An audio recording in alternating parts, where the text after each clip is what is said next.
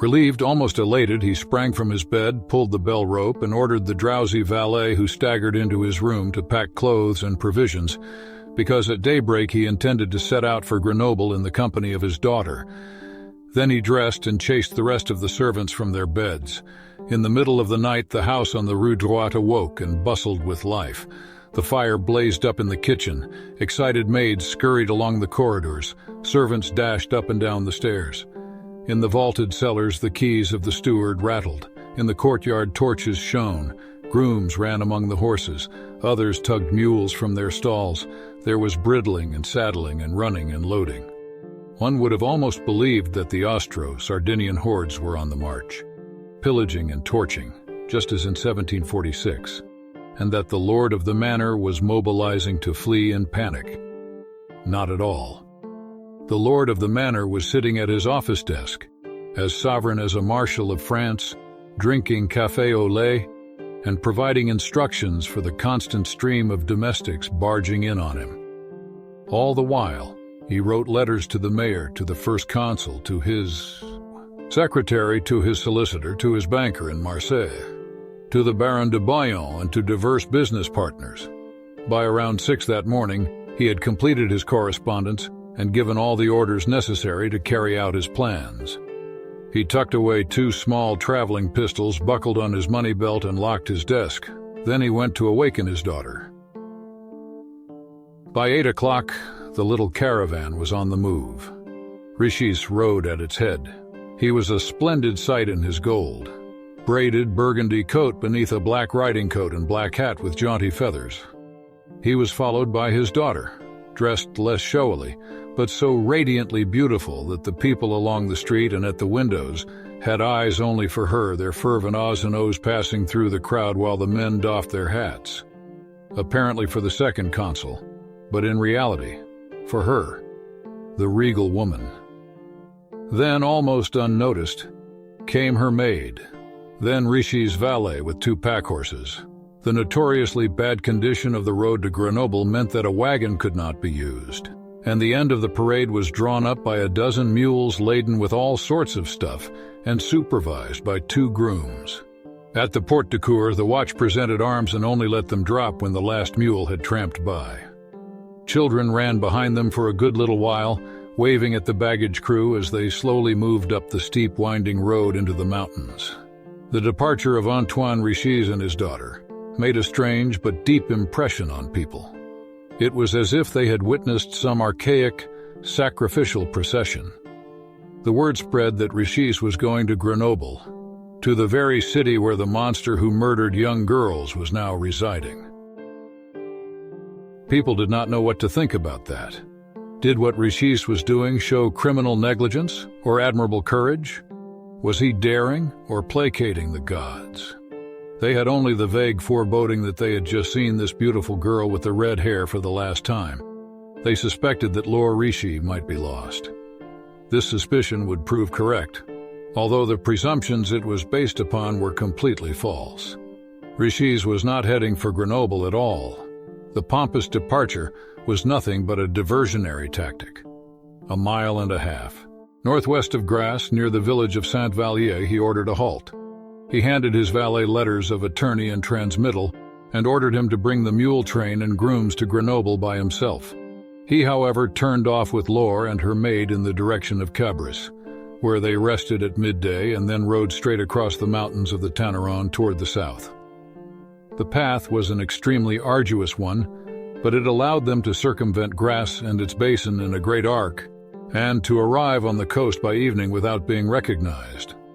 The following day, according to Richis's plan, he would ferry across with Laure to the Lys de Lorraine, on the smaller of which was located the fortified monastery of Saint-Honorat.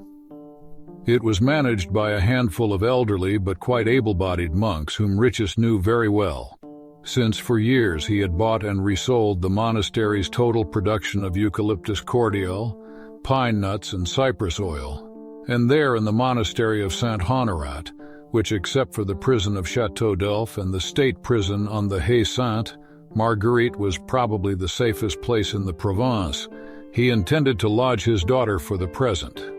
but he would immediately return to the mainland, this time circumventing Grasse on the east via Antibes and Cagnes, and arrive in Vence by evening of the same day. He had ordered his secretary to proceed there in order to prepare the agreement with Baron de Bouillon concerning the marriage of their children Laure and Alphonse. He hoped to make Bouillon an offer that he could not refuse. Assumption of his debts up to 40,000 livres, a dowry consisting of an equal sum, as well as diverse land holdings and an oil mill near Maganusque, a yearly income of 3,000 livres for the young couple. Richis's only conditions were that the marriage should take place within 10 days and be consummated on the wedding day, and that the couple should thereafter take up residence in Vence. Richis knew that in acting so hastily, he was driving the price excessively high for the union of his house with the house of Bouillon. He would have got it cheaper had he waited longer. The Baron would have begged for permission to raise the social rank of the daughter of a bourgeois wholesaler through a marriage to his son, for the fame of Laura's beauty would only grow, just as would Richis's wealth and Bouillon's financial miseries. But what did that matter? His opponent in this deal was not the Baron, but the unknown murderer. He was the one whose business had to be spoiled. A married woman, deflowered, and if possible already pregnant, would no longer fit into his exclusive gallery. The last mosaic stone would be tarnished, Laure would have lost all value for the murderer, his enterprise would have failed, and he was to feel his defeat. Richis wanted to hold the wedding ceremony in Grasse, with great pomp and open to the public. And even if he could not know his adversary, would never know him, he would take personal pleasure in knowing that he was in attendance at the event, and would have to watch with his own eyes as that which he most desired was snatched away from under his nose. The plan was nicely thought out, and once again, we must admire Richis's acumen for coming so close to the truth.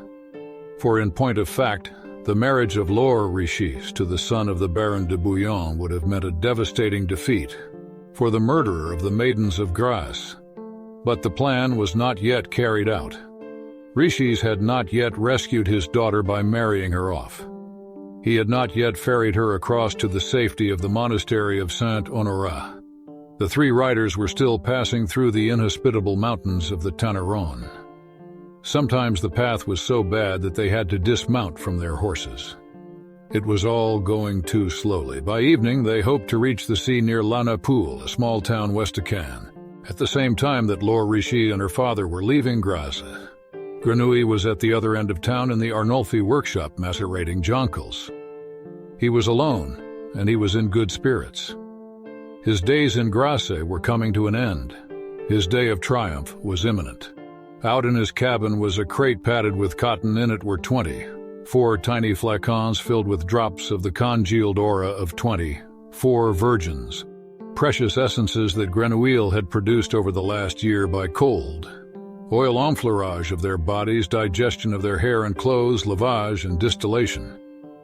And the 25th, the most precious and important of all, he planned to fetch today.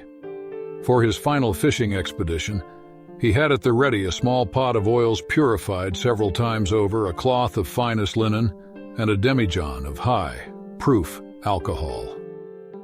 The terrain had been studied down to the last detail. The moon was new. He knew that any attempt to break into the well-protected mansion on the Rue Droit was pointless, which was why he planned, just as dusk fell and before the doors were closed, to sneak in under his cover of odorlessness, which like a magic cape deprived man and beast of their perceptive faculties, and there to hide in some nook of the house. Then later, when everyone was asleep, he would follow the compass of his nose through the darkness and climb up to the chamber that held his treasure. He would set to work on it with his oil-drenched claws right then and there. All that he would take with him would be, as usual, the hair and clothes, since these could be washed directly in rectified spirit, which could be done more conveniently in the workshop. He estimated it would take an additional night to complete the production of the pomady and to distill the concentrate. And if everything went well, and he had no reason to doubt that everything would go well, then by the day after tomorrow he would possess all of the essences needed for the best perfume in the world. and he would leave Grassa as the world's most fragrant human being. Around noon, he was finished with his jonquils. He doused the fire, covered the pot of oil, and stepped outside the workshop to cool off. The wind was from the west. With his very first breath, he knew something was wrong. The atmosphere was not as it should be. In the town's aromatic garb, that veil of many thousands of woven threads, the golden thread was missing. During the last few weeks, the fragrance of that thread had grown so strong that Grenouille had clearly discerned it from his cabin on the far side of the town. Now it was gone, vanished, untraceable, despite the most intensive sniffing. Grenouille was almost paralyzed with fright. She is dead, he thought. Then more terrifying still, someone else has got to her before me. Someone else has plucked my flower and taken its odor for himself. He could not so much as scream. The shock was too great for that. But he could produce tears that welled up in the corners of his eyes and suddenly streamed down both sides of his nose. Then Drouot, returning home from the Quatre Dauphins for lunch, remarked in passing that early this morning, the second consul had left for Grenoble together with 12 mules and his daughter. Grenouille forced back the tears and ran off, straight through town to the Porte de Cour. He stopped to sniff in the square before the gate. And in the pure west wind, unsullied by the odors of the town, he did indeed find his golden thread again, thin and fragile, but absolutely unmistakable. The precious scent, however, was not blowing from the northwest, where the road leads toward Grenoble, but more from the direction of Cabri, if not directly out of the southwest. Grenouille asked the watch which road the second consul had taken. The guard pointed north. Not the road to Cabres? Or the other one, that went south toward Auribeau and La Napoule? Definitely not, said the guard. He had watched with his own eyes. Grenouille ran back through town to his cabin, packed linen, pomade pot, spatula, scissors, and a small smooth club of olive wood into his knapsack and promptly took to the road. Not the road to Grenoble, but the one to which his nose directed him, to the south. This road, the direct road to La Napoule, led along the foothills of the Tanneron through the river valleys of the Frayère and Siagne. It was an easy walk. Grenouille made rapid progress. As Auribeau emerged on his right, clinging to the mountains above him, he could smell that he had almost caught up with the runaways. A little later, and he had drawn even with them. He could now smell each one, could smell the aroma of their horses. At most, they were no more than a half-mile west of him. Somewhere in the forests of the Tanneron, they were holding course southwards toward the sea, just as he was. Around 5 o'clock that evening, Grenouille reached La Napoule. He went to the inn, ate, and asked for cheap lodging. He was a journeyman tanner from Nice, he said, on his way to Marseille. He could spend the night in a stall, they told him. There he lay down in a corner and rested. He could smell the 3 riders approaching. He need only wait. 2 hours later, it was deep dusk by then. They arrived. To preserve their disguise, they had changed costumes.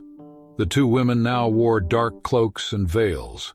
Riches, a black frock coat. He identified himself as a nobleman on his way from Castellane. In the morning, he wanted to be ferried over to the Lais des Lesserins. The innkeeper should make arrangements for a boat to be ready by sunrise. Were there any other guests in the house besides himself and his people? No, said the innkeeper, only a journeyman tanner from Nice who was spending the night in a stall. Rishi sent the women to their room. He was going out to the stalls, he said, to get something from the saddlebags. At first he could not find the journeyman tanner. He had to ask a groom to give him a lantern. Then he saw him, lying on some straw and an old blanket in one corner, his head resting on his knapsack, sound asleep. He looked so totally insignificant that for a moment Riches had the impression that he was not even there, but was merely a chimera cast by the swaying shadow of the lantern candle. At any rate, Riches was immediately convinced that there was no danger whatever to fear from this almost touchingly harmless creature, and he left very quietly so as not to disturb his sleep and went back into the inn. He took his evening meal in his own room along with his daughter. He had not explained the purpose and goal of their journey to her, and did not do it even now, although she asked him. Tomorrow he would let her in on the secret, he said, but she could be certain that everything that he was planning and doing was for her good and would work toward her future happiness. After their meal, they played a few games of Hombre, which he lost because he was forever gazing at her face to delight in her beauty instead of looking at his cards. Around 9 o'clock, he brought her to her room, directly across from his own, kissed her goodnight, and locked the door from the outside. Then he went to bed himself. He was suddenly very tired from the exertions of the day and of the night before, and equally very satisfied with himself and how things had gone. Without the least thought of care, without any of the gloomy suspicions that, until yesterday, had plagued him and kept him awake every time he had put out his light, he instantly fell asleep and slept without a dream, without a moan, without a twitch or a nervous toss of his body back and forth. For the first time in a good while, Rishis found deep, peaceful, refreshing sleep. Around the same time, Grenouille got up from his bed in the stall. He too was satisfied with how things were going and felt completely refreshed, although he had not slept a single second. When Rishi had come to the stall looking for him, he had only feigned sleep, augmenting the impression of obvious harmlessness he already exuded with his odor of inconspicuousness. Moreover, in contrast to the way in which Riches had perceived him, he had observed Riches with utmost accuracy, olfactory accuracy, and Riches's relief at the sight of him had definitely not escaped him. And so, at their meeting, each had convinced himself of the other's harmlessness, both correctly and falsely, and that was how it should be, Grenouille thought. For his apparent and Richis's true harmlessness made it much easier for him, Grenouille, to go about his work. An opinion that, to be sure, Rishi would definitely have shared had the situation been reversed. Grenouille set to work with professional circumspection. He opened his knapsack, took out the linen pomade and spatula, spread the cloth over the blanket on which he had lain, and began to brush on the fatty paste. This job took time, for it was important that the oil be applied in thinner or thicker layers depending on what part of the body would end up lying on a particular patch of the cloth. The mouth and armpits, breasts, genitals, and feet gave off greater amounts of scent than, for instance, shins, back, and elbows. The palms more than the backs of the hands, eyebrows more than eyelids, etc., and therefore needed to be provided with a heavier dose of oil. Grenouille was creating a model, as it were, transferring onto the linen a scent diagram of the body to be treated, and this part of the job was actually the one that satisfied him most, for it was a matter of an artistic technique that incorporated equally one's knowledge, imagination, and manual dexterity, while at the same time it anticipated on an ideal plane the enjoyment awaiting one from the final results.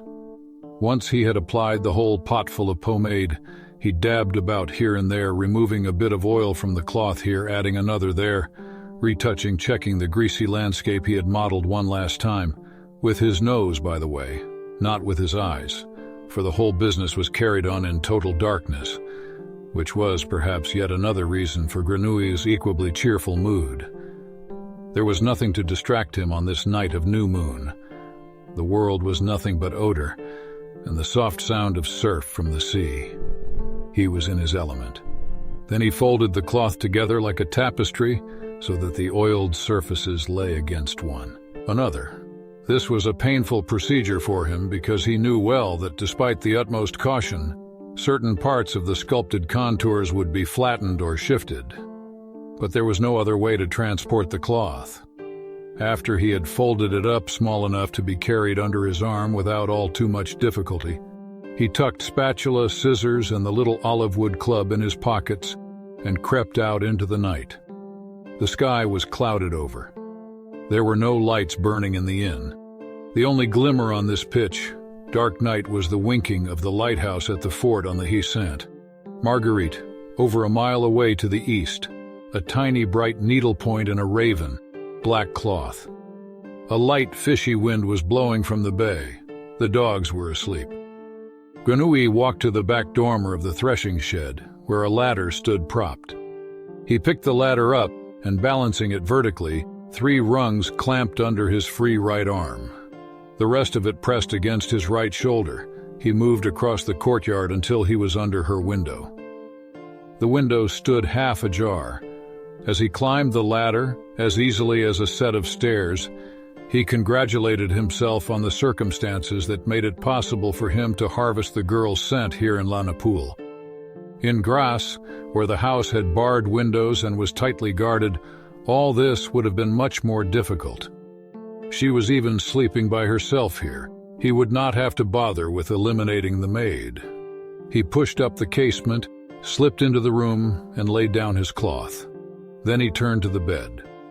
The dominant scent came from her hair, for she was lying on her stomach with her head pressed into the pillow and framed by the crook of her arm, presenting the back of her head in an almost ideal position for the blow by the club. The sound of the blow was a dull, grinding thud. He hated it. He hated it solely because it was a sound in the midst of his otherwise soundless procedure. He could bear that gruesome sound only by clenching his teeth and, after it was all over, standing off to one side stiff and implacable, as if he feared the sound would return from somewhere as a resounding echo. But it did not. Instead, stillness returned to the room. An increased stillness, in fact, for now even the shuffle of the girl's breathing had ceased. And at once Grenouille's tenseness dissolved. One might have interpreted it more as a posture of reverence or some sort of crabbed moment of silence, and his body fell back to a pliable ease. He tucked the club away, and from here on was all bustle and business. First he unfolded the impregnating cloth, spread it loosely on its back over the table and chairs, taking care that the grease side not be touched. Then he pulled back the bedclothes. The glorious scent of the girl, welling up so suddenly warm and massive, did not stir him. He knew that scent, of course, and would savor it to intoxication later on once he truly possessed it. But now the main thing was to capture as much of it as possible, let as little of it as possible evaporate. For now, the watchwords were concentration and haste. With a few quick snips of his scissors, he cut open her nightgown, pulled it off, grabbed the oiled linen, and tossed it over her naked body. Then he lifted her up, tugged the overhanging cloth under her, rolled her up in it as a baker rolls strudel, tucking in the corners, enveloping her from toes up to brow. Only her hair still stuck out from the mummy clothes. He cut it off close to her scalp and packed it inside her nightgown, which he then tied up into a bundle. Finally, he took a piece of cloth still dangling free and flapped it over the shaved skull, smoothed down the overlapping ends, gently pressed it tight with a finger. He examined the whole package. Not a slit, not a hole. Not one bulging pleat was left through which the girl's scent could have escaped. She was perfectly packed. There was nothing to do but wait for 6 hours until the gray of dawn. He took the little armchair on which her clothes lay, dragged it to the bed, and sat down. The gentle breath of her scent still clung to the ample black cloak, blending with the odor of aniseed cakes she had put in her pocket as a snack for the journey. He put his feet up on the end of the bed, near her feet, covered himself with her dress, and ate aniseed cakes. He was tired. But he did not want to fall asleep, because it was improper to sleep on the job, even if your job was merely to wait. He recalled the nights he had spent distilling in Baldini's workshop, the soot, blackened alembic, the flickering fire, the soft spitting sound the distillate made as it dripped from the cooling tube into the Florentine flask. From time to time you had to tend the fire, pour in more distilling water, change Florentina flasks, replace the exhausted stuff you were distilling.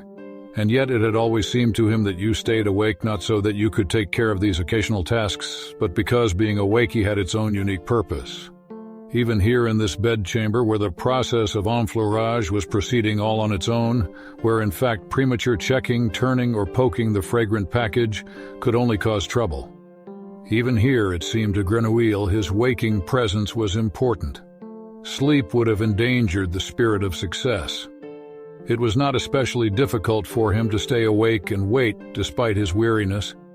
He loved this waiting. He had also loved it with the 24 other girls, for it was out a dull waiting till it's over. Not even a yearning, expectant waiting, but an attendant, purposeful, in a certain sense, active waiting. Something was happening while you waited. The most essential thing was happening. And even if he himself was doing nothing, it was happening through him nevertheless. He had done his best. He had employed all his artistic skill. He had made not one single mistake. His performance had been unique. It would be crowned with success. He need only wait a few more hours. It filled him with profound satisfaction, this waiting. He had never felt so fine in all his life, so peaceful, so steady, so whole and at one with himself. Not even back inside his mountain, as during these hours when a craftsman took his rest, sitting in the dark of night beside his victim, waiting and watching. They were the only moments when something like cheerful thoughts formed inside his gloomy brain. Strangely enough, these thoughts did not look toward the future. He did not think of the scent that he would glean in a few hours, nor of the perfume made of the auras of 25 maidens, nor of future plans, happiness, and success. No, he thought of his past. He remembered the stations of his life, from Madame Gaillard's house and the moist, warm wood pile in front of it, to his journey today to the little village of La Napoule, which smelled like fish. He thought of Grimal, the tanner, of Giuseppe Baldini, of the Marquis de la Taillade, Espinasse. He thought of the city of Paris, of its great effluvium, that evil smell of 1,000 iridescences. He thought of the red-headed girl in the Rue des Marais, of open country, of the spare wind, of forests. He thought, too, of the mountain in the Auvergne. He did not avoid such memories in the least of his cave, of the air void of human beings. He thought of his dreams. And he thought of all these things with great satisfaction. Yes, it seemed to him as he looked back over it that he was a man to whom fortune had been especially kind, and that fate had led him down some tortuous paths, but that ultimately they had proved to be the right ones. How else would it have been possible for him to have found his way here into this dark chamber, at the goal of his desires? He was, now that he really considered it, a truly blessed individual. Feelings of humility and gratitude welled up within him. "I thank you," he said softly. "I thank you, Jean-Baptiste Grenouille, for being what you are." So touched was he by himself. Then his eyelids closed, not for sleep, but so that he could surrender himself completely to the peace of this holy night. The peace filled his heart, but it seemed also as if it rained all about him. He smelled the peaceful sleep of the maid in the adjoining room, the deep contentment of Antoine Richie's sleep on the other side of the corridor. He smelled the peaceful slumber of the innkeeper and his servants, of the dogs, of the animals in their stalls, of the whole village, and of the sea. The wind had died away. Everything was still. Nothing disturbed the peace. Once he turned his foot to one side and ever so softly touched Laura's foot. Not actually her foot, but simply the cloth that enveloped it, and beneath that the thin layer of oil drinking up her scent, her glorious scent, his scent.